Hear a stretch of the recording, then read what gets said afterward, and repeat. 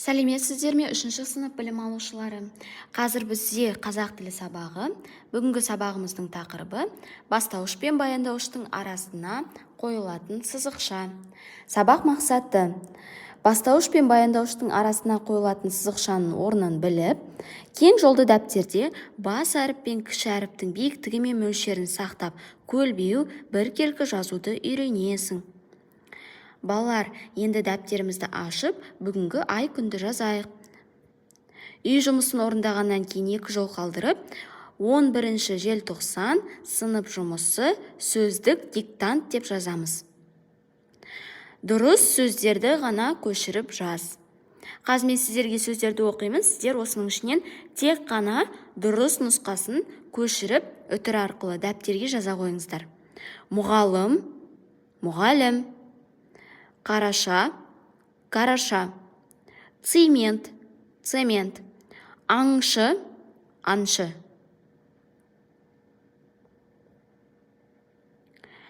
Балалар, ережені жаттап алайық. Бастауышта, баяндауышта зат есімнен жасалса, бастауыштан кейін сызықша қойылады. Мысалы, әмір, күйші.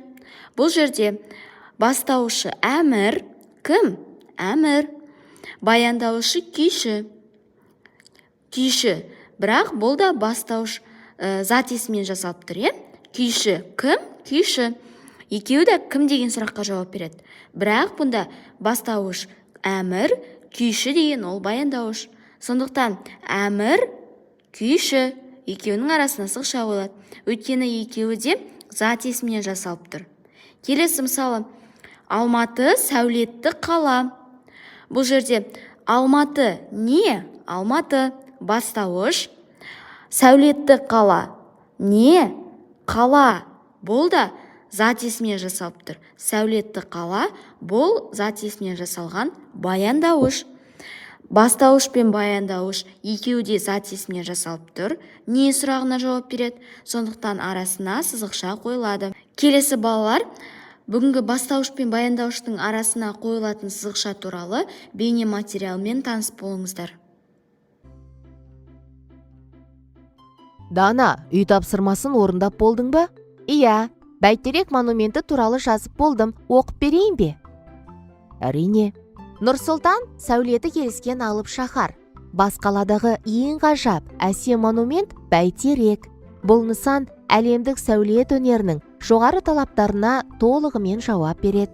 Тіршілік иелеріне тірек, сүйеніш, қорған, пана деген ұғымды білдіретін алып мұнара еліміздің символына айналған.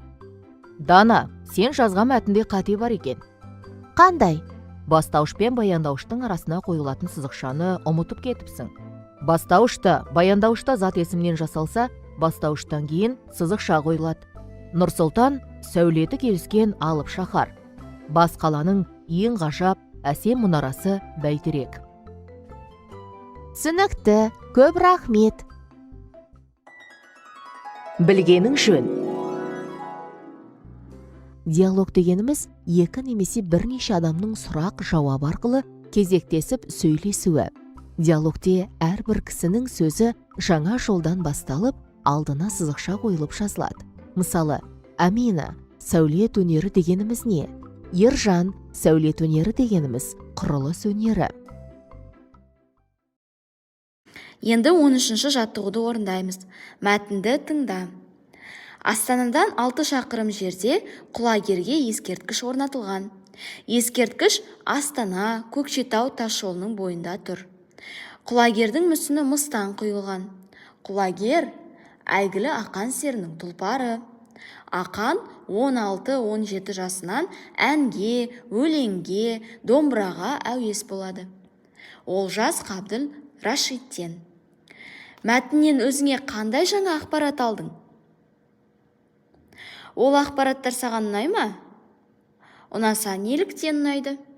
Балалар, кәнеке сұрақтарға ауызша жауап берейік. Өз өлкеңде қандай ескерткіштер бар? Мәтіндегі қарамен жазылған сөйлемдерді көшіріп жазып, сөйлем мүшесіне талда. Олардың тыныс белгісіне назар аудар. 13-ші жаттығуда тек қана қарамен жазылған сөйлемдерді көшіріп жазып, сөйлем мүшелеріне талдаймыз, яғни астын сызамыз. Және қай жерінде тыныс белгісі бар, назар аударамыз. Ережеге сәйкес пе, сәйкес емес пе, салыстырып еске түсіреміз. Келесі 14-ші жаттығуды орындайық. Сөйлемдерді көшіріп жаз. Екі бағандағы сөйлемдердің баяндауыштарының астын сыз. Үй жұмысы. 16-шы жаттығу 104-ші бет. Және де бүгінгі өткен 103-ші беттегі ережені міндетті түрде жаттап алу. Балалар, ережені жаттағанда жай ғана жаттамаймыз, түсініп жаттауға тырысыңыздар. Өйткені БЖБ-да сіздерге осындай тапсырмалар келеді. Онда сіздер ережені түсінгендеріңіз бойынша еске түсіріп, БЖБ тапсырмасын дұрыс орындауға тырысу керексіздер. Сондықтан ережені жаттамас бұрын ең алдымен мұқият зер салып түсініп алыңыздар. Сабағымыз аяқталды, сау болыңыздар.